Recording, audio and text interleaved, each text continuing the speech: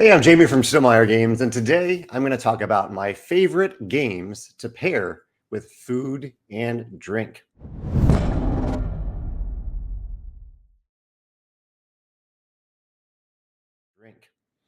This is a topic that's close to me because I love eating and drinking, especially eating. I don't drink all that much alcohol, at least, but I drink a lot of other interesting things.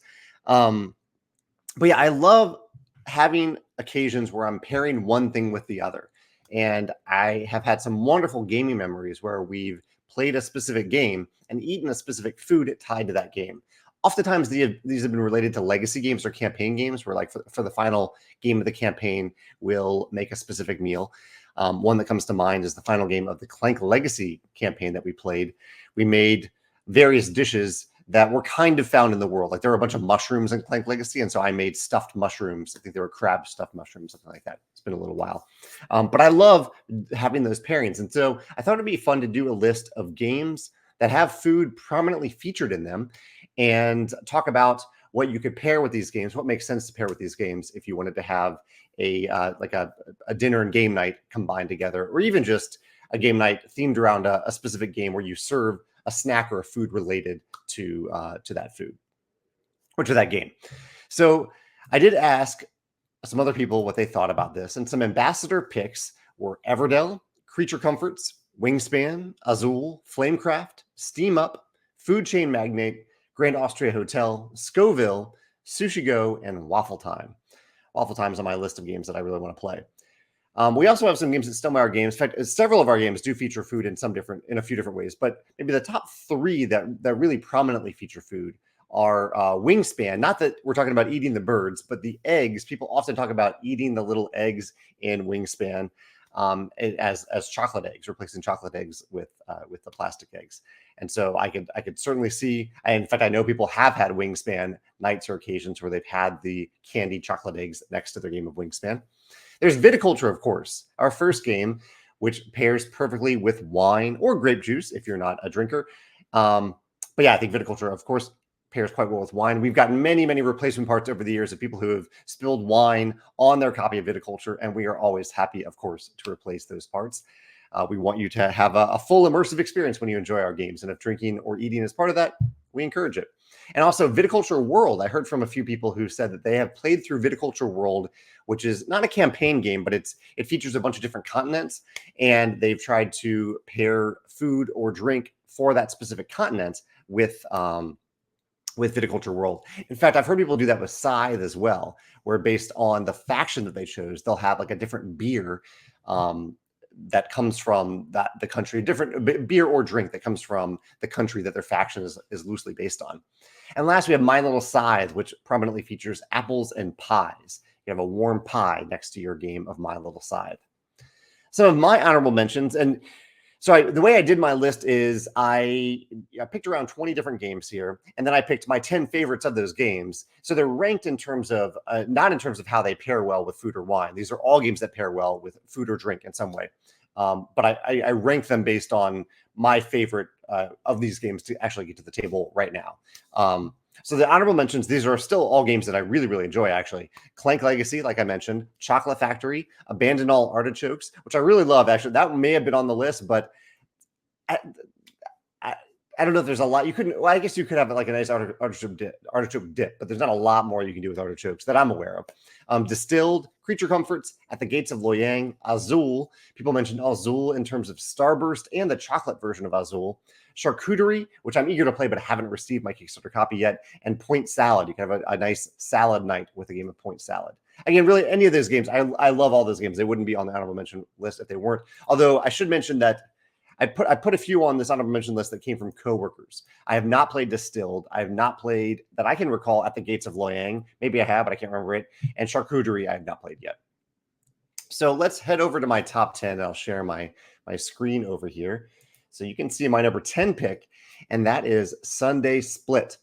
I really love I Cut You Choose games, and this is a game where each player takes a turn as the person who will be who receives a bunch of cards in hand, and then they have to cut them up into different piles. The two neat hooks in this game, and you can kind of see it in the photo here. One, there are some some cards that don't belong in a game of making ice cream, including corn. There is corn flavored ice cream, but I don't think most people don't put corn on their ice cream. There's celery. There's a broccoli card. Those are negative points. And so you can, and tied to the other hook in the game, which is when you cut these into different piles, you have to put some cards face down. There's a specific number of cards that you must put face down in the different piles. And then the other players pick the piles, you get the remaining pile. And so there's a lot of gamemanship and bluffing in this game as to, given that players all know that there are these negative point cards in there, do you put them face down, hiding them, or do you put one face up and then put something else face down and make people wonder, oh, did you hide something really good there and you are secretly wanting to take that card? So the combination of some negative points and face down cards, I think, works really well. Obviously, Sundae Split would pair delightfully with an actual Sundae Split bar or Sundae bar. My two favorite things I would say to add to a good ice cream. Well, I really like good ice cream. I think if you're going to host a night where you have a really fancy version or a really good sundae paired with a game like this, I would go with pretty good locally made ice cream. I pair it with some chocolate fudge, and also I'm going to throw in some kind of cooking baking recommendations in here. I highly recommend making your own whipped cream. I think there's a significant difference between whipped cream and like Cool Whip or the stuff that squeezes out of the bottle. Those are fine, but I think there's a big difference if you make your own whipped cream. So I'd probably do that if I were hosting a Sundae Split game night. That's number 10, Sundae Split. At number 9 is New York Slice.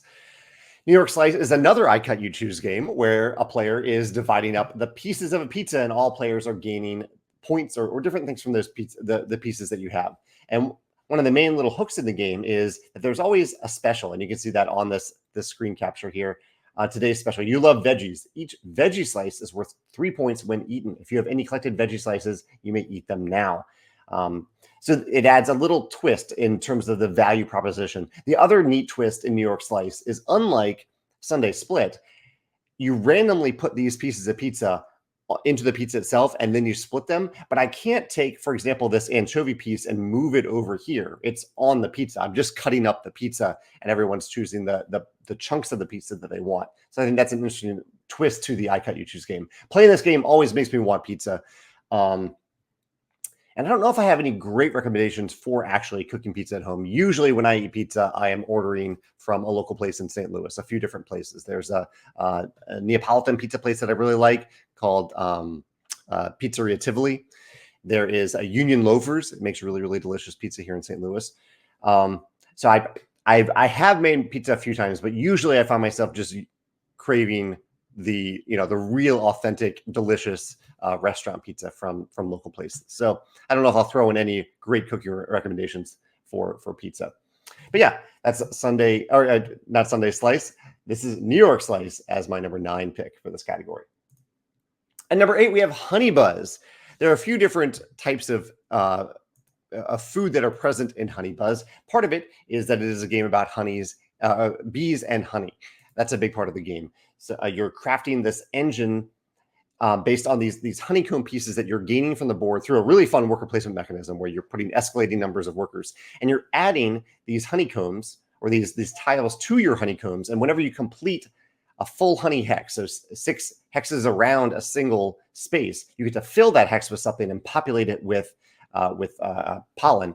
And from then on, you can produce more things. And depending on how many tiles you put around a hex, depends on how many different bonuses you get. So for example, this player took a while to form this hex right here, this complete hex. And so they have 1, 2, 3, 4 different bonuses that they're gaining. They could have spent even longer, potentially gotten 6 bonuses. That's the max, but that can take a really long time. And and every time you have these out here, like this one is still open to creating a new hex. So you are constantly building on this wonderful honeycomb in Honey Buzz. Really, really clever game. But I like honey. I use honey sometimes with baking, usually with just like bread and butter and honey. And the game also features acorns, which I don't think I've ever actually. So the point tokens are acorns in this game. I don't think I've ever actually cooked or baked with acorns that I can recall. But we do have a really amazing like fine dining restaurant in St. Louis called Bull Rush. And they use local and Ozark ingredients for all of their dishes. And they often cook with acorns. So if you're curious to see what a really, really amazing chef can do with acorns, I recommend Bull Rush here in St. Louis. So far, I'm making this more about restaurants you can visit in St. Louis than things you can cook at home. But I think I'll have some other suggestions coming up, including what's up next. That was Honey Buzz at number 7. At number 8. At number 7, we have Sushi Go. This is the Sushi Go party version of it. I think this is probably the most produced and most widely available version of Sushi Go at this point. Sushi Go is a drafting game. It's a very easy to teach and play drafting game where you're set collecting some cards based on a draft. So you have a hand of cards, you pick one, you put it into play, you'll pass the rest of the cards that go around the table. And really, I could have included Sushi Roll here too. I really love the chunky custom dice in Sushi Roll. But this is obviously a game about sushi, about kaiten sushi in particular. So if you go to Japan, they have this conveyor belt sushi where the sushi moves around a conveyor belt on little plates right in front of you. And you kind of just pick off what you want whenever you're ready to eat a piece. It's really a neat way to eat sushi. But if you are daring enough to make sushi on your own, it actually isn't all that complicated. All you need is a good piece of sushi grade fish, and you don't even necessarily need the fish, but I usually prefer salmon. And the key really to good sushi is the rice, getting the right balance between the type of rice, how long you cook it, and the type of sushi vinegar, or that you use sushi vinegar at all, and that you put the right amount of sushi vinegar in it, and that you cut the rice quite a bit. You need to wash it a lot before you make the rice, and then cut that rice with sushi vinegar over and over and again until it's fully ingrained. You've broken up the rice a lot. I think a rice can make or break sushi, no matter how good the fish is. So yeah, I recommend really focusing on the rice because really any good cut of fish will do in sushi. In the hands of a talented chef, it can make a big difference, of course. But homemade sushi, that's what I go for. And that is Sushi Go Party at number 7. At number 6, we have a fairly recent addition to lists, and that is Bag of Chips. My coworker Susanna loves this game, and I really love it as well. It is a game about managing different goals. So you're given a random hand of goals to pursue. Like this one is saying, this is a little different format than the copy we have. Like this card is saying that at the end of the game, there will be more green chips than yellow chips. This one's saying that you just get 8 points for every green chip out here in the middle of the table. So you have your own hand of random goals. And throughout the game, it's throughout the round, it's a very short round, you are deciding some goals to pursue and some goals not to pursue. And you're deciding even one goal that you like don't want to happen. Like, so if I don't want this to happen, there's a way that I can declare that. Everything else is shared information on the table. So all players are seeing a random draw of chips coming out round by round on the table. And it feels a little bit like collective group push your luck as you see these chips come out. And meanwhile, you are trying to manage your own goals and score as many points. And then one of the neat things about the game as well is that the points don't carry over. You're just trying to have more points than any other player. And then you get 2 chips. Otherwise, you get next place, I believe, gets 1 chip. And then no one else gets any chips. So not chips, they're like point tokens. And so you're trying to, even if you have like 1,000 points one round, it's only going to at best get you 2 chips, working towards you getting 4 chips to win the game. 4 tokens, point tokens, whatever they're called. So I really love this game. It's a really, really nice filler game. And I think it would be wonderful to have at a game night with chips and dip. I don't know if I have, like, I love a good queso dip. I love a good, like 6 or 7 layer bean dip. That's usually what I make for the Super Bowl. Usually have black beans, some refried beans, some avocado, a good layer of cheese in there. Sometimes even a separate dish of kind of restaurant style queso, which you need condensed milk to make that, and asadero cheese, I think, melts really well into it. I think those 2 things combine well. But I love making those 7-layer dips. I'm missing a few. Oh, salsa. I do like to have salsa in there as well. Yeah, but I do like the 2 beans. I think including the refried beans and the black beans really can elevate it. And I often make the black beans with some green chilies in there, depending on the spice level of what people want. But even green chilies are not all that spicy. But I can put like a little bit of jalapeno in there as well. But yeah, bag of chips with a chips and dip night, I think would be a delight. That is my number 6 here. Getting down to the top 5. At number 5, we have the amazing game Clans of Caledonia. This is a game that I really don't get to the table often enough. I play it on Board Game Arena typically now. But this is a game set in the Scottish Highlands. It's an engine building game. It's heavily inspired by Terra Mystica, if you've played that, where you're pulling things off your mat and putting them on the board. The randomization of the board, I think, is worth studying if you're looking to make a random board without individual hex tiles. Rather, it's really easy to set up because you're just putting 4 big tiles out, each of which is comprised of multiple hex tiles. And just the engine building feels really good in this game. Also, one thing I love about this game is that you get a lot of money every round. The length of your round is based on how quickly you spend that money. Your turn in the game is spend some money to do a thing, to do an action, or to gain a benefit. And if when you're ready to pass, you pass. So you're trying to get as much income as possible so you enter the next round with even more money. Also has a great market system. This game, I actually did not think of this game at first for this category, but combining cheese, because the game does have cheese, it has bread, so a good cheese plate, a good bread plate, and then combine it with some whiskey, or a scotch in this case, of course, would, I think, make for a delightful game night. It's the first game I mentioned, I think, that combines food and wine. So yeah, I think Clans of Caledonia would go well with that. I don't know. I'm not much of a bread baker. I usually go to the farmer's market here if I want to get a really good loaf of bread, or a friend who can make really good bread. I have a couple of friends, actually, that make really, really good bread. And cheese, I usually just get a variety of cheese. So nothing really specific about making any of those things. I don't know a lot about Scotch, bourbon, or whiskey, but I have some friends that are really passionate about it. So I'd probably invite one of those friends and they could talk about it as we're playing the game. So that is Clans of Caledonia at number 5. Everdell at number 4.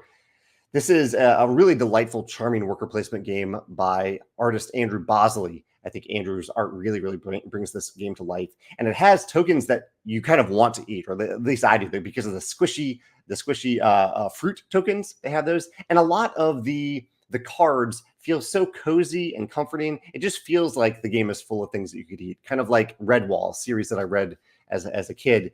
But the descriptions of the food in Redwall, the soups, the stews, the bread, the tarts, all these things that they were describing that went into these big feasts in Redwall sounded delicious. And I can see that working really well for Everdell. Also, I think this is a game I haven't talked about. This is a game where foraging, I think, would be a clever way to combine it. So I have not done much foraging at all for food, but like I mentioned Bull Rush earlier, the chef at Bull Rush often talks about how he'll go foraging for certain ingredients for the dishes that he serves, including mushrooms. So I think going foraging before playing a game of Everdell would fit well with the game itself. And one of my favorite mechanisms in the game is stretching out your turn a little bit longer. So trying to get cards that leverage other cards for free. They allow you to play other cards for free because you have some other card in your tableau. That feels really good when that happens in Everdell. So yeah, that's Everdell, my number 4 pick. At number 3, we have A Feast for Odin. Of course, a game with feast in the name belongs on this list. So Feast for Odin is a polyomino game with a ton of different worker placement action spots. You can see all these different worker placement spots here that you can choose from to go hunting, to play some there's a hunting mini game. There's also a kind of a raiding mini game. You're exploring different islands. You're filling these islands with all these different treasures and tokens that you're gaining. At the end of each round, there's a feast. Of course, you have a Viking feast, and you are trying. You can see this feast right here. You're trying to fill that feast with food. So you have all these food tokens. You're trying to make sure that you can feed the entire table. So you're stretching these tokens across the table. The game is it is an Uwe Rosenberg game where you're feeding your people, but it is the most generous of all those games where you get plenty of food throughout the game. It's more of a choice, not so much of, will I have enough food, but which of the food that I have should I upconvert into something else so I can fill my mat here. This is a game with a lot of fish. You're going fishing, as well as some, what is the other food? It does have, you're not really growing anything. There's a lot of meat in it. So this would probably be a meat-based meal. And I actually just cooked some really good fish the other day. I'm largely vegetarian, but I eat a little bit of fish. So more pescatarian, I guess. And I made a really, really good fish dish with local mushrooms, spinach, a little bit of cream cheese, some veggie broth. Mix that all together. Meanwhile, I baked some cod, and I combined those two things into this kind of thick, hearty, warm winter stew with a nice piece of cod on top. So I think if I was doing a Viking feast, I don't know if that exactly pairs with what Vikings would eat, but it is not all that dissimilar. So I think I might go with that if I were to make a meal for A Feast for Odin.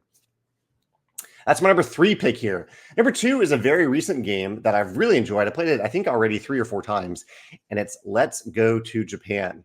This is a game about planning a trip to Japan, a week-long trip to Japan, and then actually going on that trip. So you spend most of the game putting cards out one by one, choosing which card goes on the bottom. Like the most exposed card is your highlight of the day. It's the card that will show this bottom part of the card, giving you a really powerful bonus. That feels great in this game, but also just the theme works really, really well in this game because you are literally just planning a trip to Japan, planning the different things that you're doing in either Kyoto or Tokyo, and sometimes going back and forth between Kyoto and Tokyo.